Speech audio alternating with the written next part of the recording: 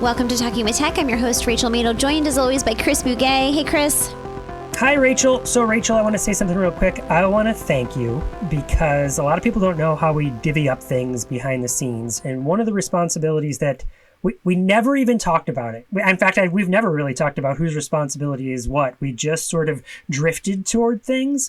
And one of the responsibilities that you sort of taken the mantle for is checking the talkingwithtech@gmail.com. Every so often you check there, answer some emails. Again, you forward them to me. Chris, this one you might want to address, which I'm so thankful for. I take other responsibilities, but that one is squarely, for whatever reason, it landed with you. And so I'm just appreciative of it. Oh, thanks, Chris. It's funny how we didn't talk about who's doing what, but we somehow adopted our roles. Oh, just what a beautiful partnership. For sure. So with that said, you went through some emails and we got some. So should we do some listener email? Maybe one that jumps out at you? Yes. So this message says, "Hi, Chris and Rachel. I'm a parent of a teen located in Maryland. We are looking for help with authentic, inclusive practices by schools. How can we help facilitate this process? All we see are excellent resources around, but none put into practice. We know authentic inclusion will tremendously help our kiddo. We even move states for that, but it seems far from achievable. We're wondering if there's any chance for some help. Many thanks for reading this message." So this is a huge topic, clearly, and one I'm passionate about, right? I've built an entire career of trying to change the school experience so it becomes more inclusive. And the first question that I would invite this parent to be thinking about is, what do you mean by authentic, inclusive practices? If I were to be in a room of 20 people and ask those 20 people to define authentic, inclusive practices, I think I'd get maybe 20 different answers. In fact, have a recent experience where I'm working with a team of people where we're trying to define it, and there's, ChatGPT's definition. Clearly we went there. We're like, not quite right, and then, well, I think it should be this and I think it should be that. So, well, it doesn't have to be perfect, but that is a great place to start is, what do you mean by that? And then the next thing I would say is, how would you, what would it look like? How would you describe it if you could, not just put it in a paragraph, but if you were giving a presentation on it, what would a description of what authentic, inclusive practices look like? If your child is in, fourth grade, what would a fourth grade experience look like if and maybe you're like, Chris, it wouldn't be grade levels. We wouldn't even have grade levels in an authentic, inclusive experience. It's already there, right? That could be really brainstorming of a redesign of the educational experience. So, but it's got to start there. Is what would you want to see happen? What do you think it means to you? I think the other thing that might help when we're thinking about that question is, because I think that question comes, and this question that we just got comes from parents who are looking at what's happening and realizing it's not inclusive, right? And so it's looking at the situations where you wish there was more inclusive practices. And so I think that can really help kind of answer that question too. And like you said, kind of getting more granular about it, because it's a huge kind of topic and undertaking. We know we're not, able to change things immediately overnight, but what can we do to start chipping away at making, things more inclusive for individuals with disabilities? And I think that hopefully framing can help. What are you seeing right now that you're like, no, this is not what I want for my child? In writing the book with Mike Murata and Beth Poss and Karen Janowski, Inclusive Learning 365, we had to ask, well, what do we mean by inclusive practices? I mean, it's in the title of the book. And what we landed on, a simple definition for it, was the fight against exclusion. Or I guess other people, if you want to soften it, the struggle against exclusion. But I like the idea of fight because it does seem like such a a strong, powerful word, right? And so we asked this question in some of our trainings and some of our presentations, and we ask people to then say, okay, when you hear someone, and we do it in ours, like you hear someone say a limiting belief, what are some words you use to reframe it? And one I love, I forget who said this in what training, but someone said, oh, so you want to exclude this kid? Who else do you want to exclude? Like what, and that's a great, again, reframing of it. Like, oh, I'm not trying to exclude anybody, but the system itself doesn't help, meaning special education itself seems to say, well, we have this thing, general ed, and then we have this different thing, special ed, and we design general ed for general audiences. And if it's not, if someone doesn't fit into that general audience, then they go over into the special audience. And everyone sort of seems to be okay with that. When I say everyone, I mean most. Like, yeah, right, and including people in special education. Like, maybe I get some value out of that. I got a degree in it. I'm invested in that, this whole other professional experience. And so the way the system is set up doesn't really lend itself to inclusive practices. And so that is why it's taking so long to change, right? And why I can hear people with disabilities say, but we can't just like get rid of special ed. That protects us, right? Do you understand what would happen if that didn't exist? So in fact, even in the Kelly Coleman episode that we did, Kelly Coleman mentions how she reached out to Judy Heumann being a advocate for disability rights. And there's a great documentary called Crip Camp that if you watch that, she's in that, and that's how I got to know her. You know, some of her work is through that documentary. Point being, she's like, I have to advocate for special bathrooms just so I can go to the bathroom, right? No one's just designing it that way. And so at one point, can we get to a place where education is just designed that way? It feels like because of the structure of general ed and special ed, we have a long way to go. Yeah, I mean, I think that framing really, like, it's tricky because if we're not living in a world where things are universally designed, then we have to have special, air quotes, right? Special accommodations and designs for people with disabilities. And so it's kind of like this necessary evil, but the fact that we have to say, oh, here's general and here's special, like that framing just inherently has, you know, this problem where we're in this vicious cycle and we can't get out of it to truly get to authentic inclusion. Yeah, and there's the legalities around it. So a general ed teacher is not obligated to design their experience under the principles of universal design for learning.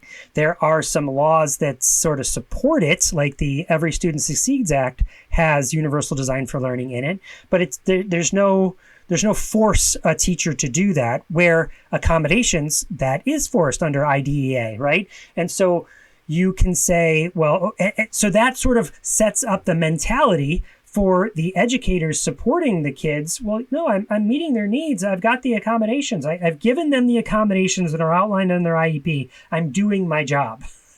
Well, yes, you are, but could we do it even more efficiently? And could we get all the kids that have not crossed the human-made line of eligible versus ineligible, could recognize that that's a human-made line?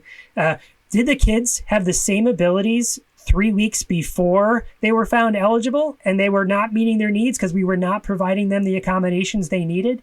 How much further behind, not that needs to be even a thing, like it's not comparison to other people, but how much potential was lost because we weren't providing the structure in a way that it was designed with authentic inclusion in mind.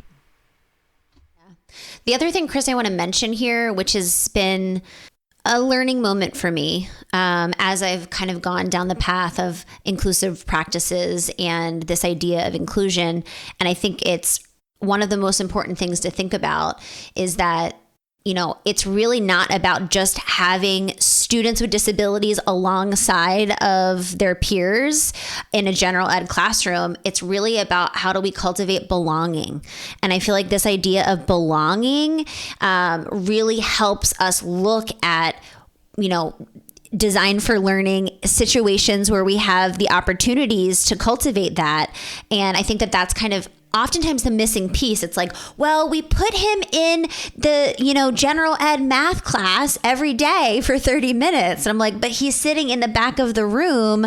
And, you know, if you're in the back of the room, not next to all of your peers and not being included with, you know, the same kind of thought out levels of, you know, support, then like you're not going to feel like you belong. So like just because you're in the classroom doesn't mean that you feel like you belong in the classroom and you're right next to your peers having an authentic experience with them.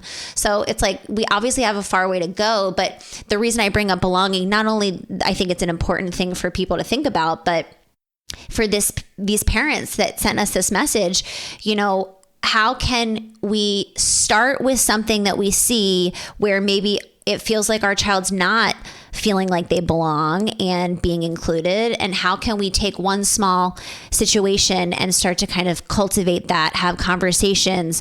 Because I think oftentimes it's a lack of education about what that looks like. Like we have to support people in understanding, you know, what could this look like? And I think when we can spark ideas for people like, oh, okay, you're right. Maybe I shouldn't have that student in the back of the classroom. Like maybe I should have him right next to his peers. What would that look like? You know, you start kind of helping people brainstorm what they could do differently. Mm-hmm. Oh man, I have so much to say here.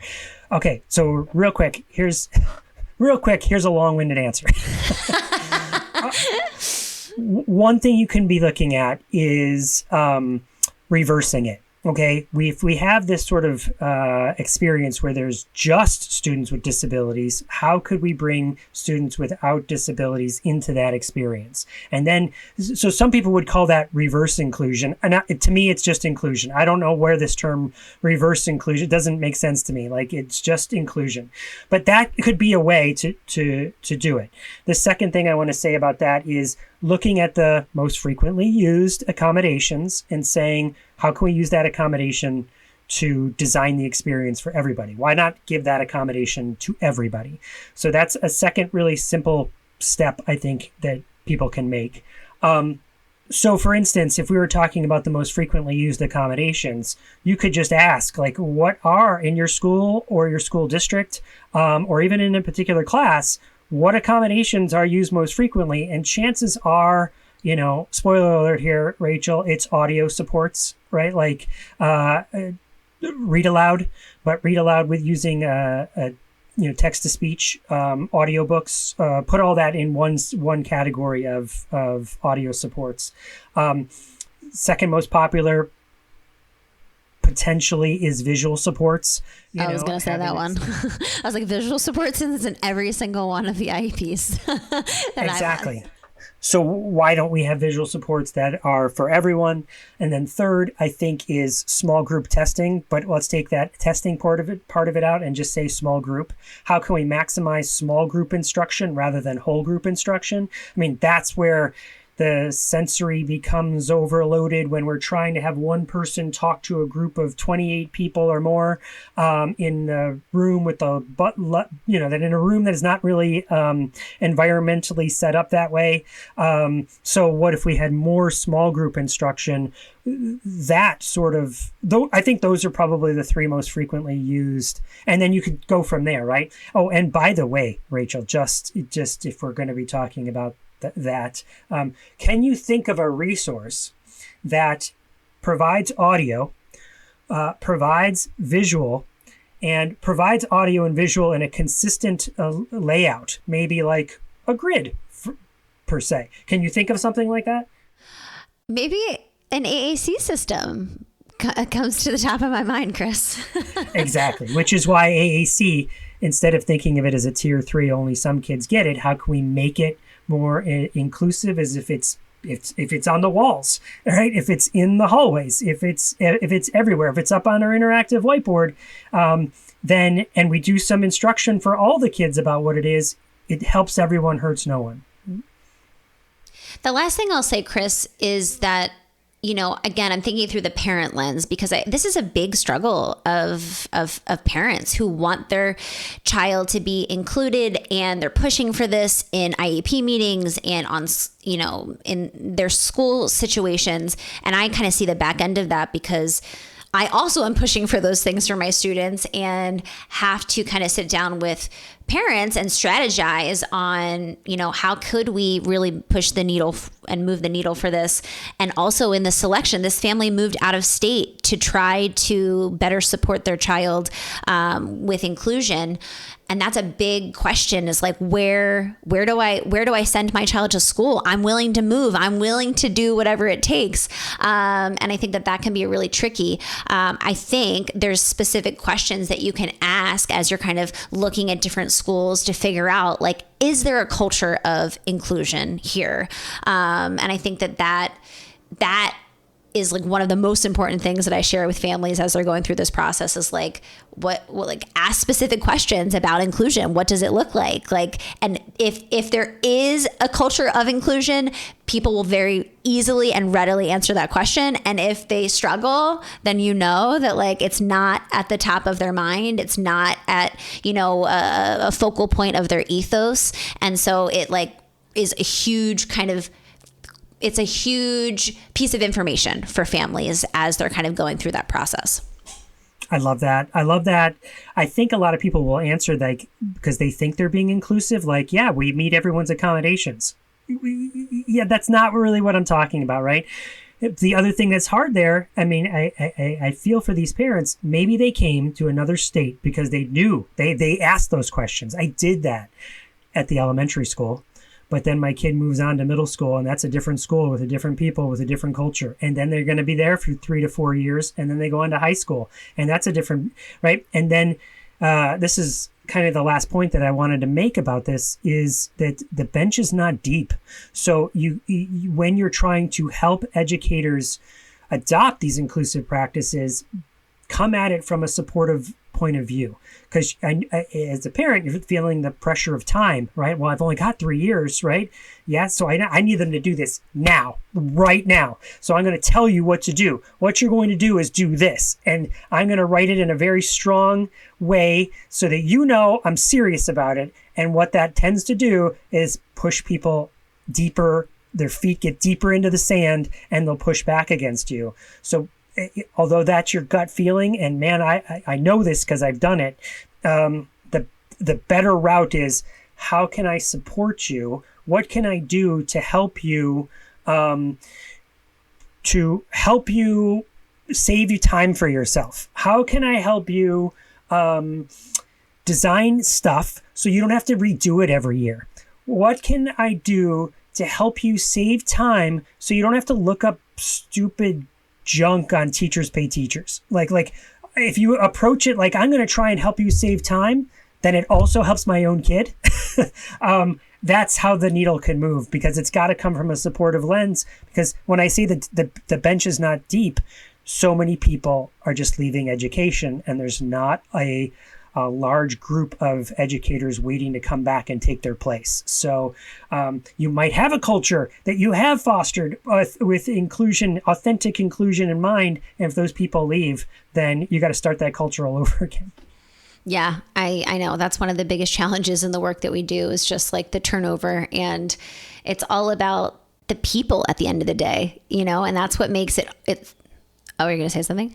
No, please continue. But I do have one more idea. Okay. We're so jazzed about this banjo. They were like, I have one more, and then I have one more. And then I love it. At the end of the day, it just comes down to the people. And oftentimes families are always asking me, like, what school should I go to? Like, what school should I send? Like, do you know any good schools? I'm like, here's the problem. Yes. Like, I do know some schools that I've had good experiences with, but the moment that teacher leaves the classroom, or, the SLP that was supporting that classroom leaves, or, they have new paraprofessionals. It's like, it just always comes back to the people. And so people change. So, really to have long lasting and long standing change needs to kind of come from the top down, meaning like the top of a school and the administration and the organization, like they prioritize, educating people around inclusive practices. That's kind of what we're talking about today. And I think that there's ways that you can kind of start thinking through that lens in the work that you do, and kind of advocating on behalf of that.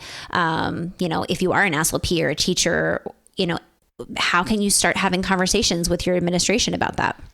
I have strategy, and then I've finished up with a story. The strategy that so Rachel specifically invited administrators to be thinking about this. So administrators, here's the invitation. Imagine, just do this thought experiment with us. Imagine tomorrow special ed disappeared. The concept of it disappeared. The personnel stayed the same. You still had the same people. They still had the same skill set, but the concept of special education disappeared. The kids are the same. Their abilities are the same, but the concept of special education disappeared. What would happen?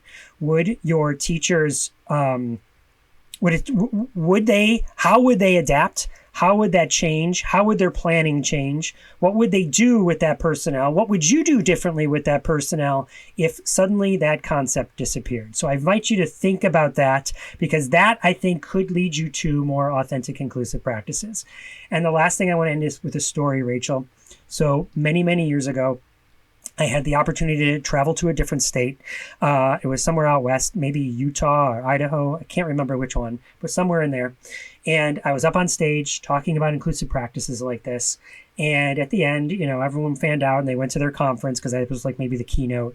And this dad comes up to me and he says, "Hey, what you're talking about is really important." And I was like, "Oh, good. I believe it is too." He goes, "Let me tell you a quick story. My daughter has many needs, and we went looking for schools, and very much like this parent who wrote us. And I went to a school, and they would show me around. They give me a tour, and they would say, this is how your daughter could be, how we can meet her needs." And then I would go to some schools, and they would say, "We're not sure we can meet your daughter's needs." And I'd go places and I'd hear these different stories from different administrators until I found this last administrator who said, "I don't want your child into my school. I need your child in my school. We want to build all of our culture around how to support a child with the abilities like yours. We want to plan so that everyone can be included. We want to teach the other kids how they can include other people. So stop looking. This is your place." And I was like, I'm welling up listening to this dad's story that he found the place, And so if it happened for him, it can happen for other people too. And as an administrator, don't you want to be that administrator? I feel like I'm going to cry. I really I'm welling up thinking about that. And it's so true. It's can we create a world where everyone feels like they belong and they're included? And I feel like it starts with our youth, and it starts in schools. And I think administrators have a lot of power over that. And man, I wish that we knew who that administrator was and we could have them on the podcast. So tell us about our interview today, Rachel. Chris, I am so excited. I love all of our interviews, but this one was extra special for me. Tiffany Joseph is a autistic adult who uses multimodal communication, and that includes some AAC, sign language, mouth words. Tiffany has been a huge part of my own growth and learning when it comes to, AAC, the clinical work that I do. I followed her on social media. Her handle is @Nigh-functioning-autism, and she has quite a big following. And I've seen her present. I saw her at ASHA actually, and I am so excited to share this interview because I saw Tiffany go through the experience of shifting between using mouth words and also using AAC. And we, of course, talk all about that experience.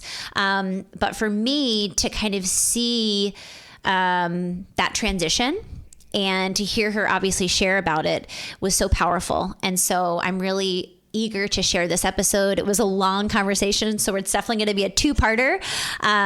But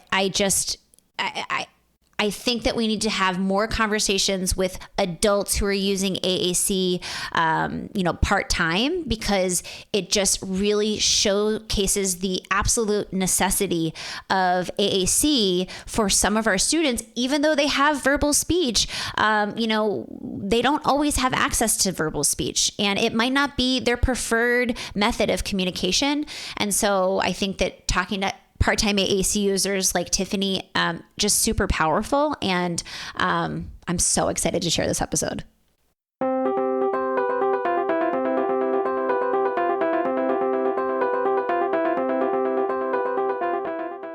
If you enjoy Talking with Tech, we could use your help in spreading the word about the podcast. Please take a moment to leave us a review on iTunes. The more positive reviews the podcast gets, the easier it becomes for others to find it. The more people who find the podcast, the more the word spreads about how to effectively consider and implement AAC. And who doesn't want that? If that sounds good to you, please take a moment and give the podcast a quick review. We'd so very much appreciate it. Now, let's get back into the episode.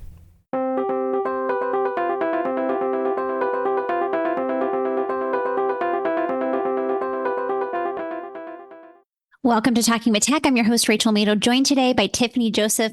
Tiffany, I'm so excited to have you here. Can you just start off by kind of introducing yourself and sharing with our listeners who you are and what you do? Hi, I'm TJ, or Tiffany, creator of the social media platforms, Knife Functioning Autism. I am a single mother of 3 neurodivergent teens. We live and work in and around Maryland and Virginia, primarily in the Washington, D.C. area. I am autistic, diagnosed in my late teens. However, I was diagnosed with other conditions when I was in elementary school, like central auditory processing disorder and ADHD. I also have had epilepsy and OCD since I was a child. I am hard of hearing as well. As such, I use many ways to communicate, like ASL, mouth words, high-tech AAC, and other ways, depending on how accessible my speech and memory is to me at the moment. I work in special education, or more preferred, accessible education, as a educator for elementary school, as well as a communication teacher/partner to mostly teen and young adult autistic non-speakers. My passion in the disability space is communication and education rights for people of all disabilities. I specifically love teaching how to implement high-tech speech generating devices in schools and homes. I always say, I would have access to my own speech if I had text-based or high-tech speech generating strategies earlier in my life. I proudly sit on the board for Lily's Voice, a nonprofit organization that provides high-tech speech generating devices for of all disabilities under age 18 in the United States. I am also a member of the Maryland Developmental Disabilities Council, which is a federally funded, national organization in every state that sets the disability culture, policy, and laws in that state. Tiffany, I'm so excited to have you here. I have been following you for sure on social media for a while. We've connected on social media, and then I had the pleasure of meeting you at ASHA. I attended your presentation, and it was by far my favorite at ASHA. And I felt like it got such, a lot of good feedback. Everyone I was talking to was like, yes, it was amazing. And so I'm excited. I was like, Tiffany, like, you have to come on the podcast. And it was funny, during your session, I was literally looking at the emails. I was like, I know that I had sent her an email. So this has been kind of a long time coming. And I'm just excited because you have such a unique lived experience.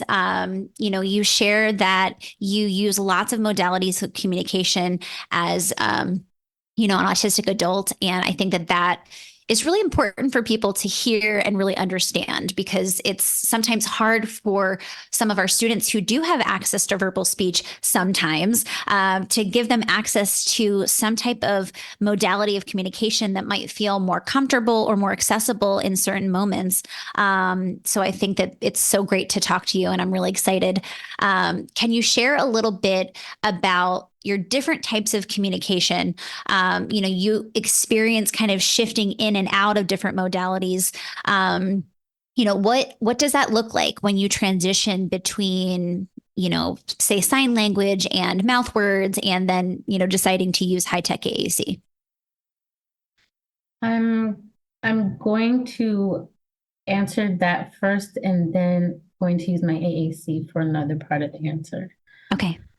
So you asked, like, what does it look like? So now I have a job where I have to work 4 hours a day, and I generally speak for most of that part of the day. It's so much easier to do any of these when I am comfortable, when I know the people. So it takes a while. In the beginning, I did have my high tech device a lot more, but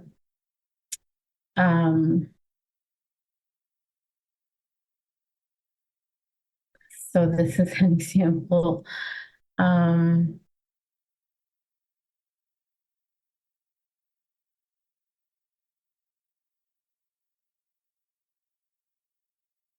Let me get my computer.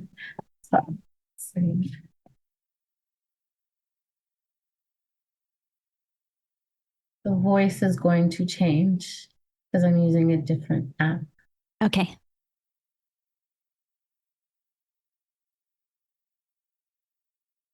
Actually, it might not change that much because I have set up a personal voice on my Apple device. Oh, that's a great hack. I like that. Yes.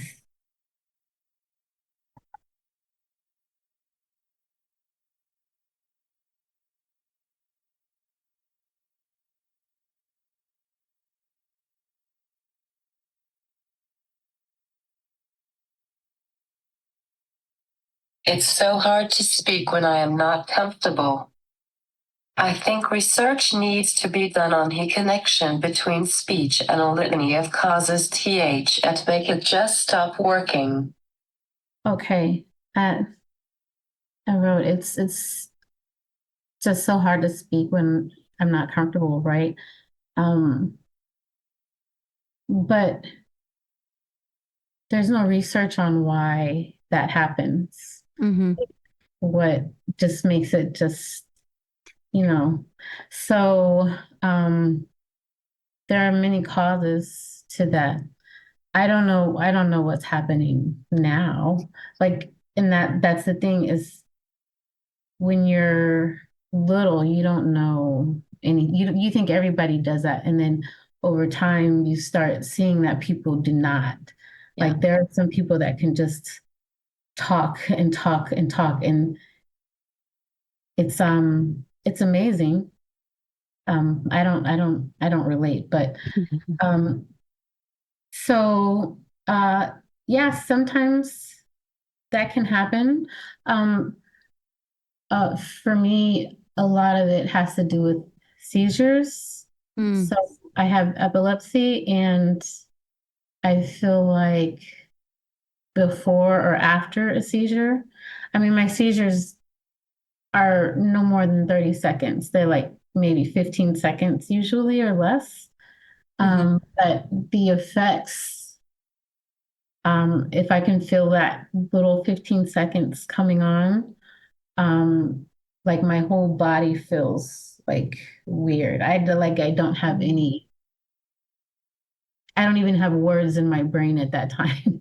So there wouldn't be any ability to speak nothing. And then afterward, I'm just too exhausted. Like it feels like talking seems like a big chore. Like it's something that you want to procrastinate doing because it's feels Yeah. just a chore.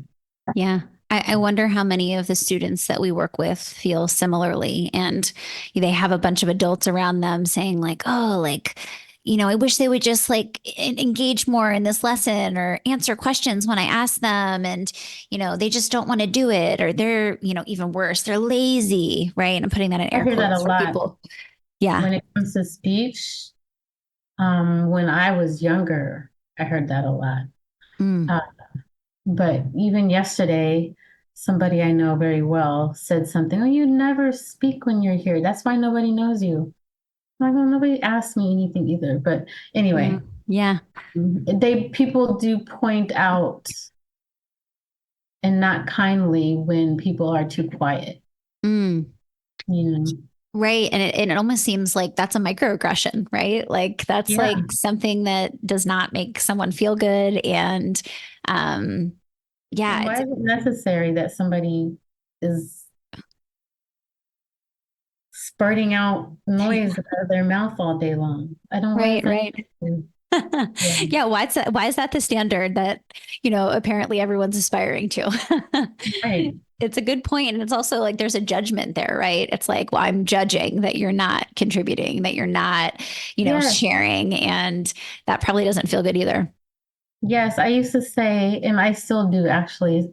Um, it's kind of like sad. I don't want to cry, but um, like just how I am, like makes other people feel lonely. You know, like Mm-hmm. it's like I have to always be constantly giving of myself through speech for Mm-hmm. them not to be lonely. And yeah, it's like it's never enough. Just Mm-hmm. have to be trying to do this more to make people happy. Right, right. And it also feels like for someone where that already feels exhausting to kind of feel like it even that's not enough, probably feels even more daunting and just like I'm sure like in some situations where you're already feeling exhausted and overwhelmed, it's just like shut down, right? Like just like okay, like just like clam up. And I think that's just a natural reaction to feeling tired and exhausted and overwhelmed. Yeah. And but that shutdown is more like change in the bank of you're too quiet. Mm-hmm, mm-hmm. Yeah. So, I think this is such a beautiful, you're doing such a beautiful job of kind of sharing your experience. And I feel like that is so powerful for people to hear. Let's talk about like the motor component. One of the things that you mentioned at ASHA and really centered a lot of your presentation on was this idea of motor planning. And I think that's the common denominator when we're thinking about the students that we serve who might have complex communication needs. There's always some element of motor planning challenges, which is why, verbal speech is either, hard to come by or unintelligible. And so, can you speak a little bit to this idea of motor planning and how it challenges, our students and the impact on the AAC?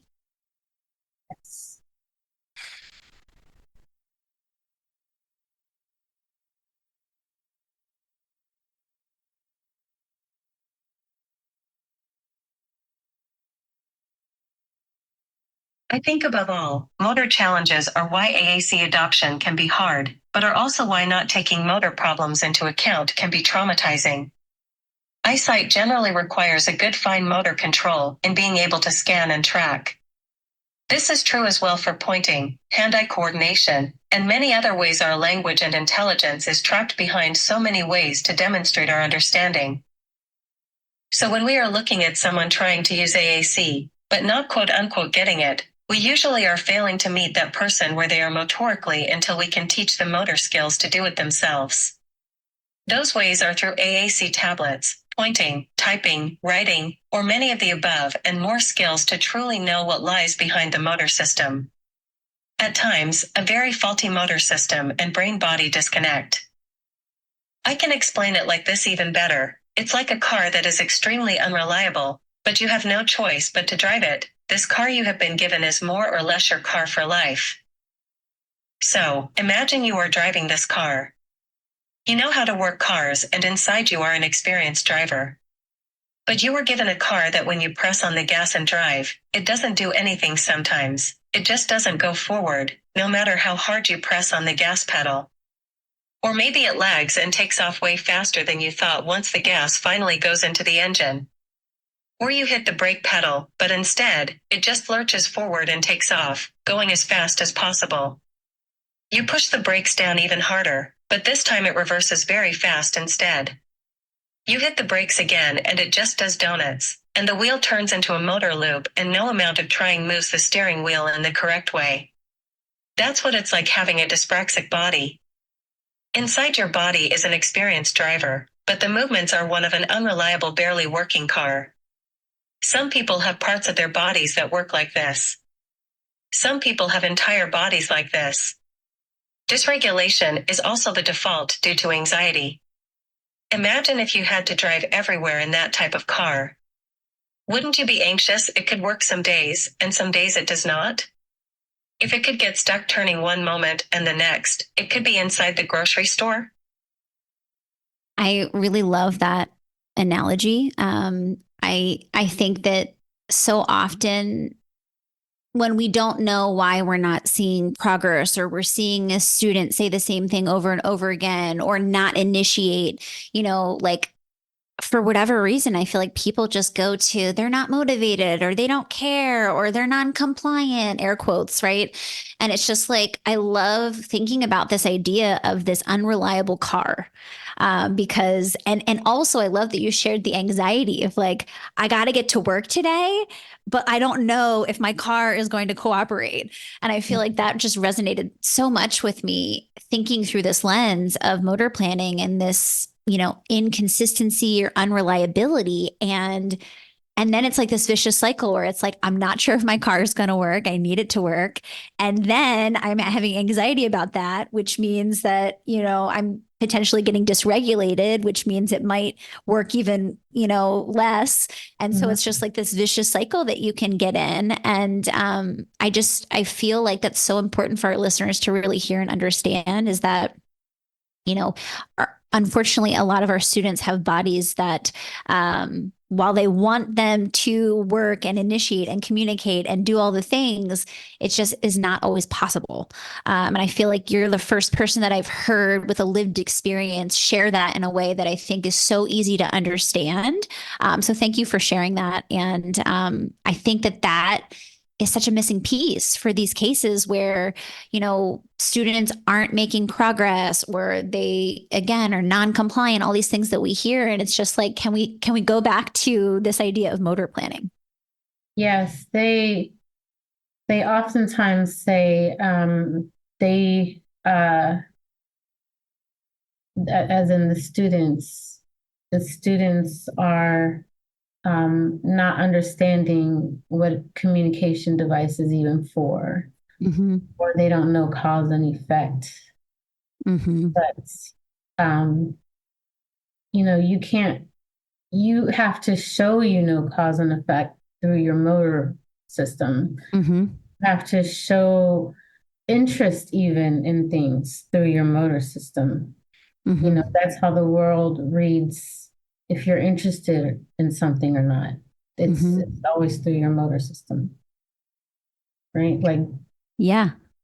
I if I'm not smiling and if I'm walking away from some music, most people will say, oh, that person does not like the music. But really, I process music by moving. So that's actually how I show that I'm liking something. But my motor system can't show the type of interest that other people can, right? Mm-hmm. So, then now people assume terrible things. Mm-hmm. I like that you shared this idea of the expectation on demonstrating that you understand, that you like something. Like everything is really based on motor, and those motor components. And, how many of our students who, we put AAC devices in front of. I'm thinking about one student on my caseload right now. Like she kind of says the same word over and over again. And I don't think it's that she's stimming. I think that she's just in this motor planning loop where she just like, this is what my finger's doing. And this is the first motor plan I learned. I feel like that's a common thing with AAC is that like the first motor plan that a student learns is like that one is repeated. And then you have to know like just from neurology, like the more it's repeated, the stronger the neural network becomes. And then I feel like it's hard to get out of that loop, right? Yeah. Because it's my most practiced motor plan when I have an AAC device in front of me. And so it's like, how frustrating it must feel for that individual to have ideas, to want to share, but to just have a body that's just not cooperating. Yeah. It's like, I don't know how many people are good dancers. But I am a terrible dancer. I can't learn choreography, but I realize now that I'm older that that's not just a me thing. That's like even neurotypical people can't get the choreography, right?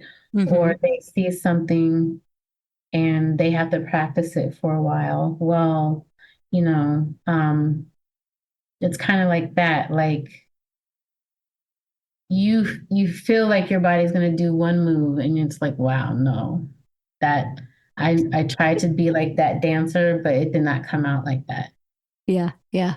like that.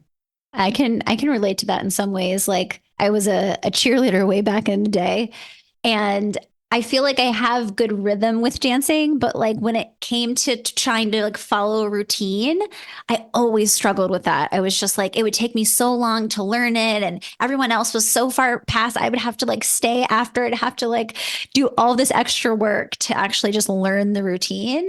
And I just think that there's people have certain strengths and they also have certain challenges.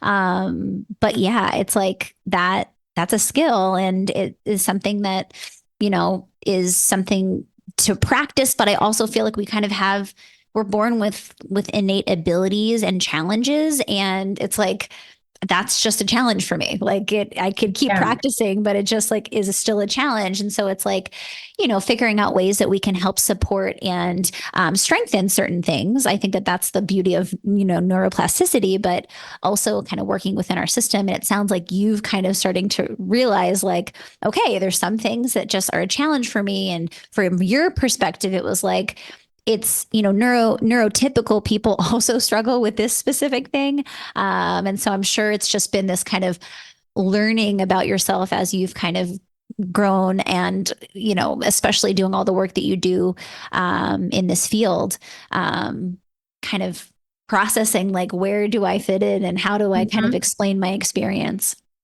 Yes, I agree. Like learning from neurotypical people and their experiences. Um, I feel like ours are just like degrees. Mm-hmm. Like the extent is different, but there are some things that neurotypical people, you know, would understand because they go through it. Like Mm-hmm. um, not being able to dance, I have found is almost universal. And if you extrapolate that to this being like all your body movements, like brushing your teeth, you can't do Mm-hmm. that. Or, um, just trying to get down the stairs or trying to press a button on an AAC device and you can't even get your body to, you go to push it and you end up pushing the device away. Mm-hmm, So it mm-hmm, looks like you don't want it. mm-hmm. Yeah. So, we've kind of shared a little bit about, I think the first step for people is understanding and having true compassion for the motor planning challenges of the students that we work with. Is there anything else that we can do to kind of help support that motor planning? Anything that you found in your own work in this field that really helps support that motor piece for individuals? Yes. So as far as in the school environment, I would say save the students' energy for learning and communicating, not have them, you know, do all the tasks like you have to put your book bag up. You have to do this, like all those Right. things are difficult already. And um, I feel like it's the coordination it would take sometimes will expend them for, more other tasks. Mm-hmm, mm-hmm. Um, it's not like a unlimited well of energy when you have motor planning issues. It's a much more limited well than most other kids outside those classroom walls. Mm-hmm, mm-hmm. I feel like that's such a good point because I feel like even when I think about my own experience, it's like we don't have unlimited willpower, we don't have unlimited energy. And so, taking into consideration the things we are asking students to do, um, the thing that kind of came up as you were sharing that was this idea of handwriting and how, like, the motor challenges of handwriting really decrease a student's ability sometimes to fully write to the extent that they can think and share ideas. And so I feel like that's an example. It's like a very tangible example of how, like, what are we asking of students? And this comes up when I'm in IEP meetings. I'm like, we can work on the motor components of handwriting, but just know that we likely aren't going to be getting the full extent and breadth and complexity of what the student has to write. And that's where technology, the typing and word prediction, and there's tools that we have at our disposal.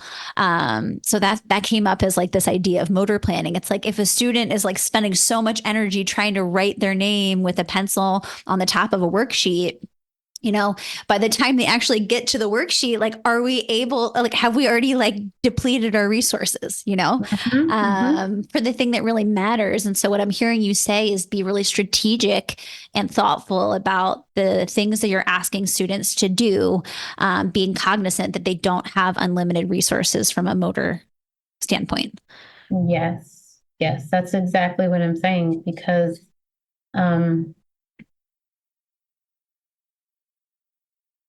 I feel like disabled students have to work harder than their non-disabled peers. Mm-hmm. Like, I think I'm gonna write in the intro. That's totally fine.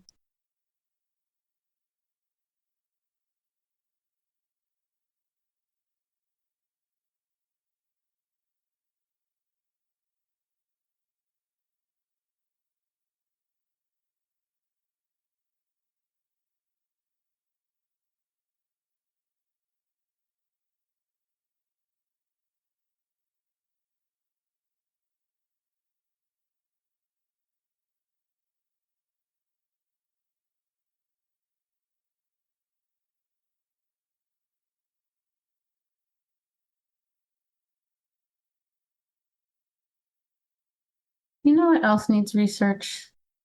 What? Why, if I can write it, then I can speak it, but before it's written, I can't. It stops. I know. It's interesting.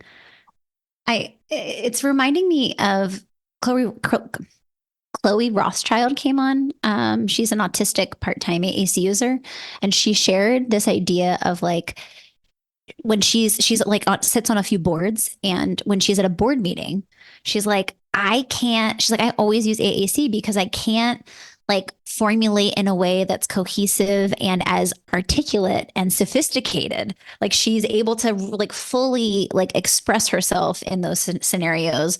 She's like, if I had to rely on just like mouth words, then like it would be really basic and really simple. And I just Yeah. think that's fascinating. And there are people who don't need that. I know. I know. I can't relate to that. Yeah. To I me, know. that's fascinating. Yeah. Yeah. Okay.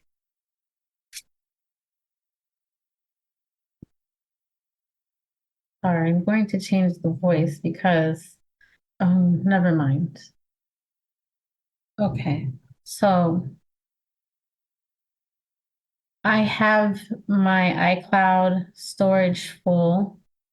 So I don't have my personal voice on my tablet, right? Okay. Yeah. But it is on this, and I just realized I typed it twice just to use my personal voice. So, yeah. It's okay. I think it's important to kind of showcase this. Like, this is what it looks like. Yes.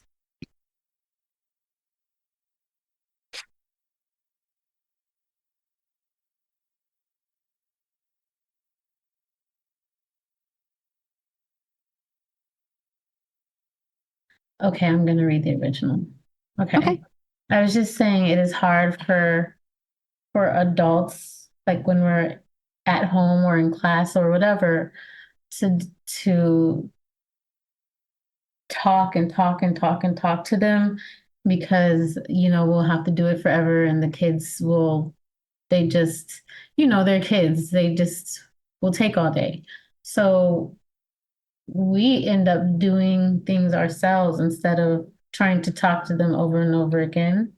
Mm-hmm. And I was just saying it's ironic because that's in reverse, Mm-hmm. you know. But it's similar to that. Like we will take the easy way out to do things. Like why can't we help our kids do that?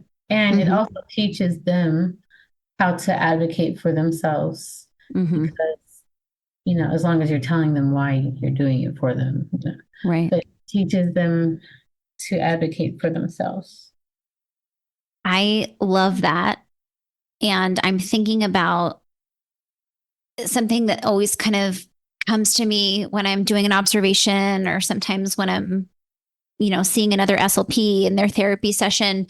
And I'm like, if we know that it's a skill that the student has, then we don't need to keep practicing it over and over again. Meaning, like, let's move on to something else. And like you said, if we give the explanation to a student, like, hey, I know you know how to put your backpack up, but I also know that that's, it takes a lot of energy for you. You've shown me that you know how to do it. So I'm helping you in this situation put your backpack up so we can focus on, going to find our seat or whatever the thing is.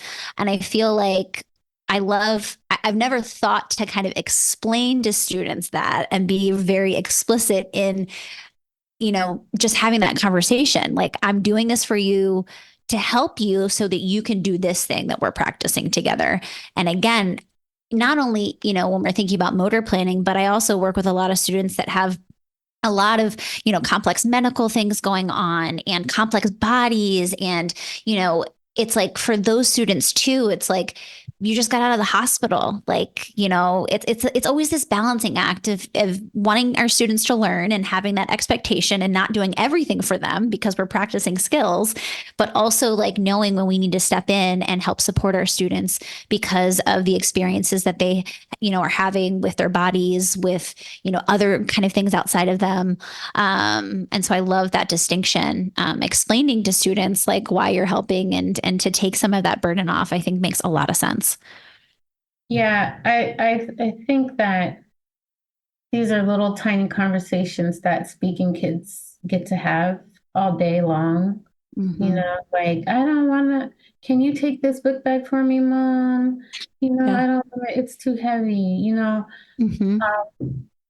Our non-speakers don't get to have those conversations. They don't get to ask. So we got to have more explicit things we're telling them why we're doing Mm-hmm. it for them, and what we're doing. and why. Yeah.